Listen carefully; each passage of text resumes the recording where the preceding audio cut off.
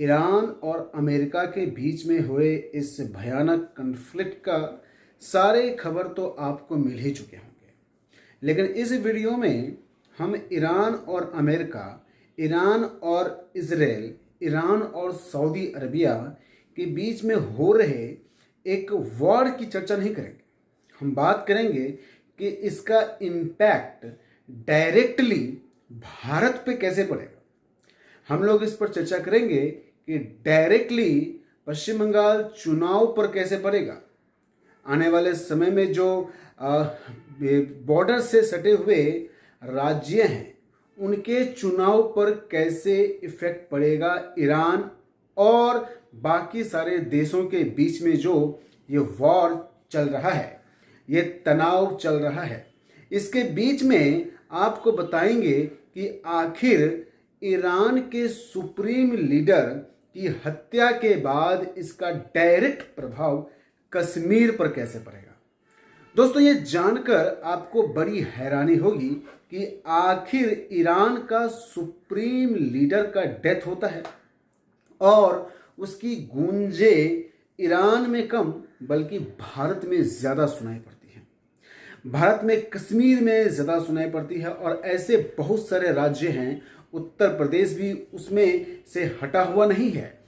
उत्तर प्रदेश जहां पर योगी आदित्यनाथ का शासन चलता है, भारतीय जनता पार्टी की डबल इंजन सरकार चलती है और वहां से भी गूंजे आ रही है ईरान में हुए इस हत्या का।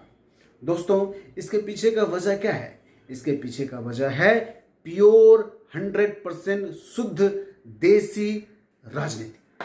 जी हाँ, राजनीति किस प्रकार से विपक्ष यहाँ पर जितने भी दल है वो कहीं ना कहीं प्रधानमंत्री नरेंद्र मोदी को नीचे दिखाने के लिए कोई भी ऐसा मौका नहीं छोड़ते। जो भी उन्हें मिलता है उसको वो लपक लेते हैं, जकड़ लेते हैं, पकड़ लेते हैं।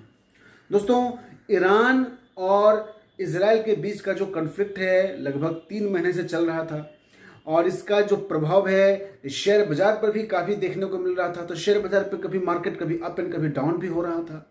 लेकिन डोनाल्ड ट्रंप के आने के बाद जो है वेनेजुएला में जो हुआ, यह एक मतलब कि कहीं ना कहीं ऐसा लग रहा था कि कुछ बड़ा होने वाला है।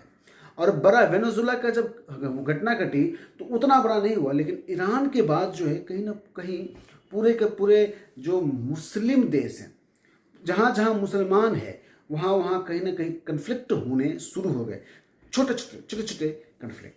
और उसमें जो है देखने को मिलता है भारत में जो है इस प्रकार घटना घट रही है। बांग्लादेश में तो जो है पोस्टर लगाने शुरू कर दिए प्रधानमंत्री नरेंद्र मोदी का और अमेरिका के डोनाल्ड ट्रंप का और इजरायली का जो प्राइम मिनिस्टर है उनका, मतलब कि उनको जूता चप्पल शुरू कर दिया गया है। क्यों किया गया है भाई?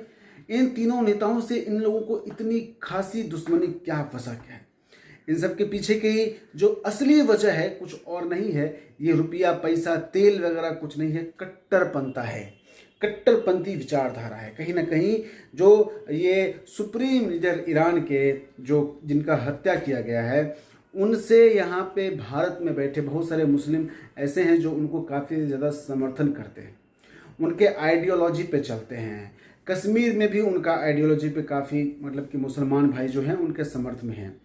और आपको बता दें, ईरान और में जो तेल का खजाना है ही, तेल तो है ही उनके पास। अमेरिका का हमेशा से वेनेजुएला पे जब उनका कंट्रोल हुआ तो वो जाहिर सी बात है पूरे देश में ऐसा हुआ कि जो है अमेरिका कुछ भी कर सकता है और ऐसा हुआ भी देखने को भी मिल रहा है। इजराइल जो है अपना पूरा जोर लगा कर बैठा हुआ है कि कैसे जो है अपने आप को स्टेबल करे। लेकिन ईरान ने क्या करा? ईरान के ऊपर जब हमला हुआ, उनका जो सुप्रीम लीडर का जो हत्या हुआ, उसके बाद ईरान ने क्या किया? ईरान ने सऊदी अरबिया पे जो है अटैक शुरू कर दिया। ईरान के आसपास में जितने भी एयरबेस थे अमेरिका के, मतलब ईरान के आसपास के जो देशों में जितने भी अमेरिका के एयरबेस थे या फिर बेस थे जहाँ पर उनको कुछ हो सकता था अमेरिकन का, वहाँ पे उन्होंने अटैक शुरू कर दिया।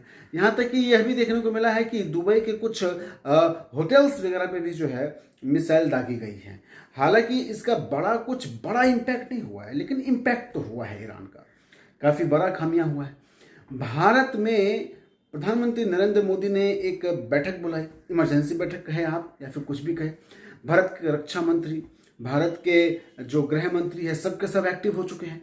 और ये माहौल क्यों एक्टिव हुआ है कि कहीं ना कहीं जो कट्टरपंथी विचारधारा के लोग हैं, कहीं ना कहीं जो ऐसे विचारधारा के लोग हैं जो भारत की जो संतुलन है उनको बिगाड़ना चाहते हैं, उनके लिए कुछ ना कुछ वो कर सकते हैं। इस वजह से ये इमरजेंसी बैठक बुलाई गई। और इस बैठक में जो है, जो थल सेना है, जल सेना है, वायु सेना है, सभी को जो है कहीं ना कहीं एक भाव देखने को मिलता है सिक्योरिटी के लिए कि पहला तो सिक्योरिटी ये कि बाहर देश में जो भी भारत के निवासी है, भारत मूल निवासी जो वहाँ पर रह रहे हैं, जॉब कर रहे हैं, काम कर रहे हैं, किसी कारण से वहाँ पर रह रहे हैं, पढ़ाई कर रहे हैं, उनका सेफ्टी फर्स्ट, उनको पहले वहाँ से लेकर आए। पहला तो काम ये। दूसरा काम इंटरनल, यदि कोई पॉलिटिकल पार्टी, पॉलिटिकल लीडर या फिर कोई भी बड़ा गुट जो है कोई इस प्रकार का स्टेटमेंट दे, कोई बयान दे जिससे कि भारत की जो माहौल है बिगड़ सकती है, उसको कंट्रोल करने के लिए भी जो है यह टीम काम करेगी और उनको इमीडिएट जो है एक्शन लिया जाएगा। ओवरऑल भारत जो है इसके पीछे पूरी तरह से तैयार है।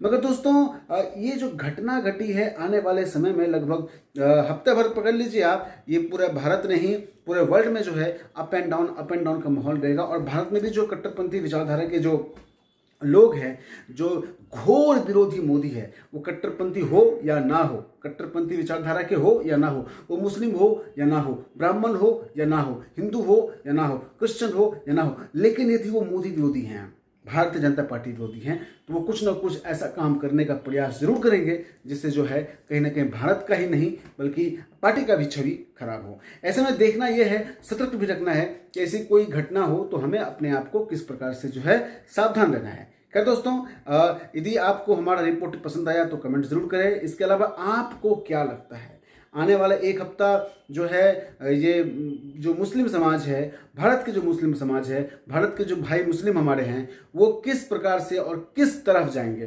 क्या वो कट्टरपंथियों के समर्थन में जाएंगे या फिर जो देश के साथ में जाएंगे? और ऐसे मुसलमान भाइयों का जो है जो मतलब कि जिस प्रकार से जो घटनाएं घट रही हैं उनका विरोध करेंगे या समर्थन करेंगे? आप अपना विचार कमेंट में ज़रूर करें।